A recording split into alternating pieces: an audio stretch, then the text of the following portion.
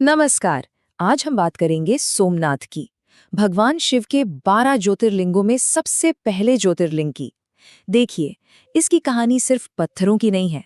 ये कहानी है चंद्रमा के श्राप की, महादेव के वरदान की और समय के उस चक्र की जो कभी नहीं रुकता। ये सिर्फ एक मंदिर नहीं, बल्कि अंधकार पर प्रकाश की और विनाश पर सृजन की जीत की एक अमर गाथा है। तो चलिए, इस दिव्य यात्रा की शुरुआत करते हैं।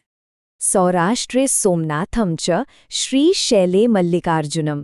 द्वादश ज्योतिर्लिंग स्तोत्र की यही पहली पंक्ति सोमनाथ को सबसे पहला, सबसे ऊंचा स्थान देती है। यही वो पहली दिव्य ज्योति है जिसके प्रकट होने के पीछे एक बहुत ही असाधारण पौराणिक कथा छिपी हुई है। और यही सवाल हमें सीधे उस अलौकिक कहानी की तरफ ले जाता है जिसमें प्रेम भी है, पक्षपात भी है और एक ऐसा भयानक श्राप है जिसने खुद चंद्रदेव के अस्तित्व को ही मिटाने की कोशिश कर डाली थी। तो कहानी की शुरुआत होती है चंद्रदेव, जिन्हें सोम भी कहते हैं, उनके विवाह से। उनका विवाह हुआ था प्रजापति दक्ष की 27 कन्याओं से, जो असल में कोई और नहीं बल्कि हमारे 27 नक्षत्र ही थे। लेकिन चंद्रदेव अपनी सभी पत्नियों में से सिर्फ एक रोहिणी से ही सबसे ज्यादा स्नेह रखते थे। बाकी 26 पत्नियों को ये बात अच्छी नहीं लगी और उन्होंने अपने पिता दक्ष से शिकायत कर दी। अब दक्ष अपने दामाद के इस बर्ताव से इतने क्रोधित हुए कि उन्होंने चंद्रदेव को धीरे धीरे खत्म हो जाने का, क्षय रोग का श्राप दे दिया। अब बात यह है कि चंद्रमा को वनस्पतियों और औषधियों का स्वामी माना जाता है। तो जैसे जैसे उनका तेज घटने लगा, पृथ्वी पर असर दिखने लगा। पेड़ पौधे, औषधियां सब सूखने लगीं। सृष्टि का पूरा संतुलन ही बिगड़ गया और सारे देवता ये देखकर बहुत चिंतित हो गए। जब कोई और रास्ता नहीं दिखा तो सभी देवता ब्रह्मा जी के पास मदद मांगने पहुंचे। और यहीं से कहानी का रुख महादेव की असीम करुणा की ओर मुड़ता है। ब्रह्मा जी ने चंद्रदेव को बताया कि इस श्राप से तुम्हें सिर्फ और सिर्फ महादेव शिव ही बचा सकते हैं।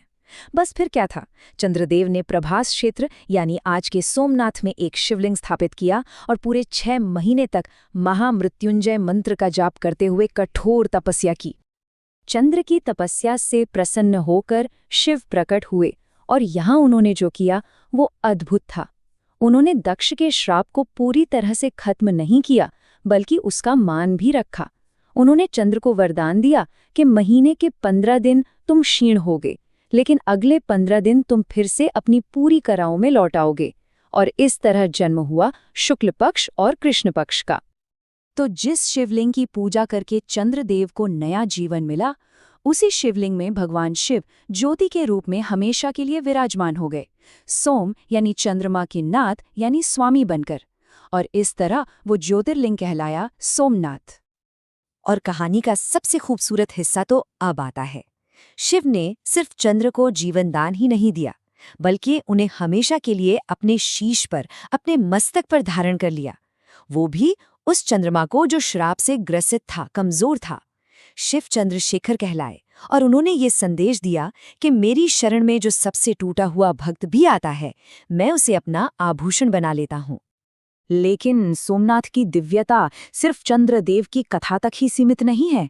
यही वो पवित्र भूमि है जो द्वापर युग के अंत की सबसे बड़ी घटना की भी साक्षी बनी, जब भगवान कृष्ण ने अपनी लीलाओं को यहीं विराम दिया। भालका तीर्थ, वो जगह जहां जरा नाम के शिकारी ने अनजाने में भगवान कृष्ण के पैर में तीर मार दिया। वहां से घायल अवस्था में भगवान कृष्ण त्रिवेणी संगम पहुंचे, जहां 3 पवित्र नदियां मिलती हैं। और फिर वहीं पास में देहोत्सर्ग तीर्थ में उन्होंने अपनी मानव देह का त्याग किया और अपने धाम वैकुंठ लौट गए। ये तीनों स्थान आज भी सोमनाथ के पास ही स्थित हैं। इसीलिए कहते हैं कि सोमनाथ की यात्रा सिर्फ मुख्य मंदिर के दर्शन तक ही पूरी नहीं होती। एक संपूर्ण आध्यात्मिक अनुभव के लिए इसके आसपास के इन पवित्र स्थलों पर जाना भी बहुत जरूरी माना जाता है। जैसे कि त्रिवेणी संगम, जहां डुबकी लगाने का बहुत महत्व है। फिर है पुराना सोमनाथ मंदिर, पंच पांडव गुफा, गीता मंदिर और समुद्र के अंदर मौजूद बाणगंगा शिवलिंग। ये सभी स्थान एक दूसरे के बहुत पास हैं और आपकी तीर्थ यात्रा को और भी गहरा अनुभव देते हैं। और हाँ, एक बहुत खास बात जो अक्सर लोगों को नहीं पता होती, जो नया और भव्य सोमनाथ मंदिर है, वहाँ आप शिवलिंग के दर्शन थोड़ा दूर से करते हैं।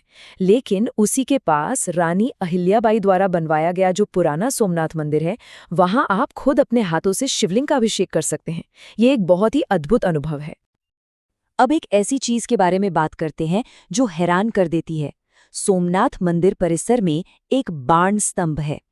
इस स्तंभ पर लिखा है कि इस बिंदु से लेकर दक्षिण ध्रुव तक, यानी अंटार्कटिका तक, बीच में कोई जमीन का टुकड़ा नहीं है, सिर्फ और सिर्फ समुद्र है।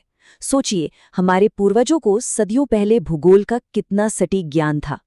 सोमनाथ का इतिहास भी चंद्रमा के चक्र की तरह ही है, विनाश और फिर से निर्माण का चक्र। कहते हैं कि इस मंदिर को 17 बार तोड़ा गया।